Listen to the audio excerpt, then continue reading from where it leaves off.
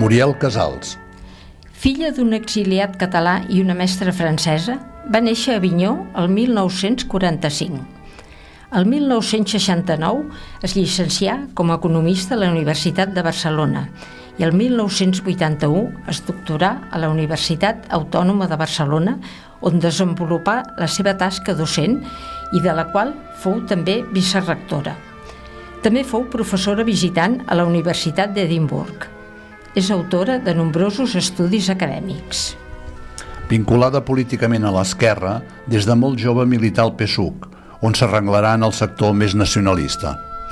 Al març del 2010 va accedir a la presidència d'Òmnium Cultural i en aquest càrrec conduí l'entitat a impulsar, junt amb altres organitzacions, el procés pel dret a decidir i cap a l'estat propi.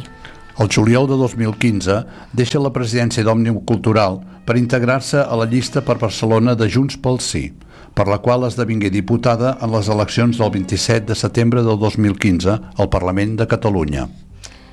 El mateix mes de la seva mort, el govern català i l'Ajuntament de Barcelona aprovaren concedir-li a títol pòstum la Medalla de la Generalitat i la Medalla d'Or de la Ciutat, respectivament.